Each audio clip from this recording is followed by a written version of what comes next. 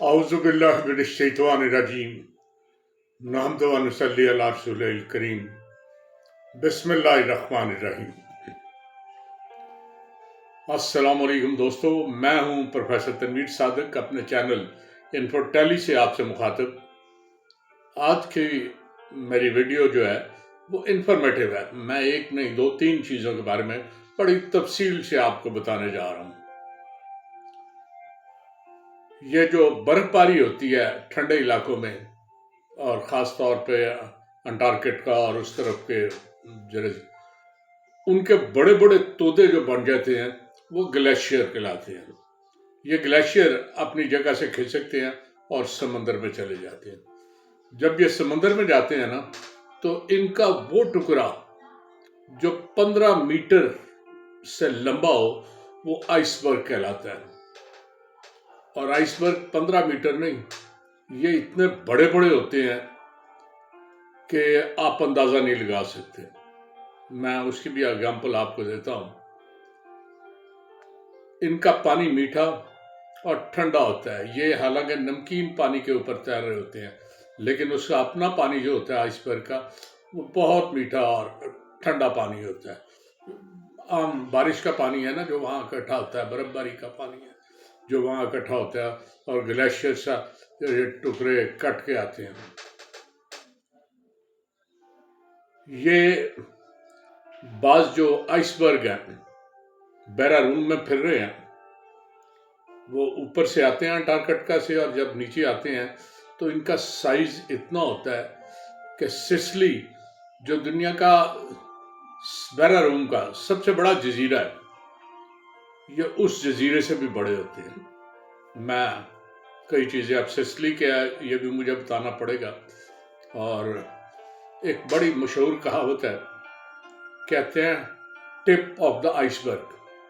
आप किसी को कोई मसला बताते हैं, वो मसला बड़ा संगीन और लंबा चौड़ा होता है, लेकिन आप उसे ज़रा सी बात बताते हैं, कहते हैं इतना सा मसला है, तो हंस के कहता है कि आपने टिप ऑफ द आइसबर्ग मुझे बताई है, असल चीज़ नहीं बताई। इसलिए कि नॉर्मली आइसबर्ग जो पानी में तैर रहा होता है ना, वो शायद 8वें हिस्से से भी कम होता है जो ऊपर चोंच से निकली होती है। असल आइसबर्ग नीचे समुद्र की तह में दूर तक गया होता है। चनाचे आप जब किसी को मसला बताते हैं तो हंस के कहता है it is the tip of iceberg. असल मसला तो नीचे समुद्र के अंदर है, इतना वसी और अरीज कि जिसे संभालना मुश्किल होगा।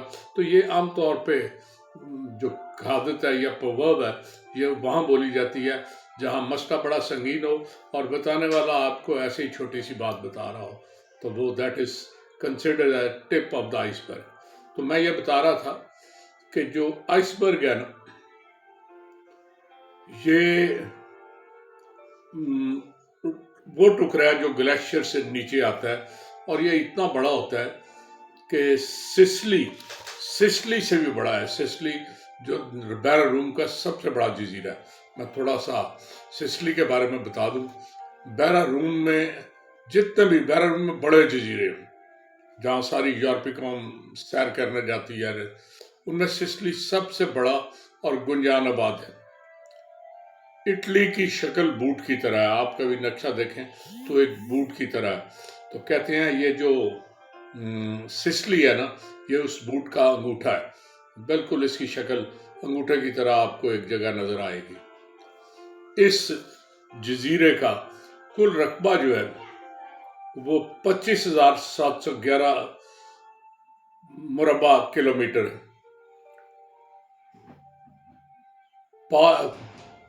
पैलर्मो इसका पैलर्मो शायद इसी तरह का लफ्ज है, ये इसका कैपिटल है। अच्छा, ये जो जजीरा है ना, इसमें बड़ी अजीब अजीब चीज़ें हैं। यहाँ पे आपको 7 मुख्तलिफ तहजीबें दफन नज़र आएंगी। उनके मॉन्यूमेंट्स आपको, आप वहाँ जाएं तो आपको मिलेगी। यहाँ पे खूबसूरत कस्बे हैं, खूबसूरत बड़े शानदार गांव हैं। जो इसका कैपिटल है पैलोरमा, उसकी आबादी 5 लाख से ज़्यादा और दुनिया की गुंजान आबादियों में से एक समझी जाती है। तो یہاں دلکشی کا بڑا سامان ہے. اچھا یہاں آپ اچھا یہ جو اٹلی نے نا اسے اٹانومی دی ہوئی ہے، اٹلی کا علاقہ ہے لیکن اٹانومس ہے. جیسے ہمارے یہاں بھی بعض اٹانومی دی ہوتی ہے کہ یہ علاقہ قبائلی علاقے ہمارے اٹانومس تھے، اور کئی تو اٹانومی دی ہوئی ہے. ان کی اپنی گورنمنٹ ہے، یہ خود ہی رن کرتے ہیں، لیکن اٹلی کے اندر ہیں، اٹلی کا پارٹ ہے. وہ سسلی کی وجہ شہرت آپ نے بڑی سنی ہوگی، ایک ناول تھا گاڈ فادر، بڑا مشہور ہوا. سسلین مافیا ماشاءاللہ آج بھی بڑے زوراور ہے پاکستان میں. تو یہ اس علاقے میں مافیاز اب بھی ہیں، وہ گورنمنٹ نے انہیں بڑا قابو کیا ہے، لیکن اس کے باوجود وہ مافیا وہاں کام کر رہے ہیں، اور اب بھی وہ اسی طرح جیسے پہلے تھے اسی طرح طاقتور ہیں. ان کا بڑا زور ہے، اور یہ ہر جگہ شہر میں اس علاقے میں پھیلے ہوئے ہیں. اس کی سب سے وجہ شہرت جو اس علاقے کی ہے وہ یہاں کے آتشفشاں پہاڑ ہیں، جن سے سارے کا سارا سال جو ہے نا کچھ نہ کچھ لاوا نکلتا رہتا ہے. ایک ہے ماؤنٹ ایٹنا. یہ ماؤنٹ ایٹنا جو ہے نا، یہاں پہ جب آپ چلے جائیں آپ کو لاوا نکلتا نظر آئے گا، اور وہاں گرمی بہت ہوتی ہے، لیکن لوگ اس کے باوجود وہاں نظارہ کرنے جاتے ہیں، اس لیے کہ وہ اتنی شدید گرمی ہونے کے باوجود قابل برداشت ہوتی ہے، اور آپ کو نظر آتا ہے کہ سامنے لاوا ابل رہا ہے. اس لاوے کی وجہ سے بہت سے لوگوں کی جانیں بھی گئیں. کبھی وہ زور میں آ جائے تو یقیناً زیادہ پھیل جاتا ہے، اور اس سے جو نقصان ہوتا ہے وہ بہرحال اپنی جگہ، لیکن انسانی فطرت ہے کہ انسان باز نہیں آتا، وہ ایسی جگہ جانے سے دریغ نہیں کرتا. چنانچہ یہ بڑا خوبصورت علاقہ ہے. یہاں بہت سی چیزیں آپ عجیب ہے. آپ کو صبح یہاں ناشتے میں ہمیشہ آئس کریم کھاتے ملیں گے. لوگ ناشتہ جو آئس کریم کا کرتے ہیں. کیا پستیچیوں کے درخت اتنے زیادہ ہیں اس علاقے میں، جہاں دیکھیں پستے کا درخت ہے، اور وہ آئس کریم میں بے پناہ یوز ہوتا ہے سارے کے سارے. تو یہاں پہ اور بھی بہت سی چھوٹی چھوٹی چیزیں ہیں. سیاحوں کے لیے یہ بہت مہنگا تو نہیں، افورڈیبل ہے علاقہ.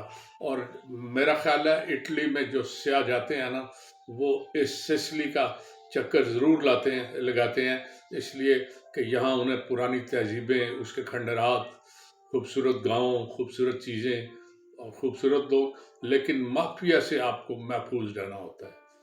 تو آج کی انفارمیشن یہی تھی. تو سسلی کے بارے میں، گلیشیئرز کے بارے میں، آئس برگ کے بارے میں. تو امید ہے آپ کو میری باتیں پسند آئی ہوں گی. اجازت چاہتا ہوں. اللہ حافظ.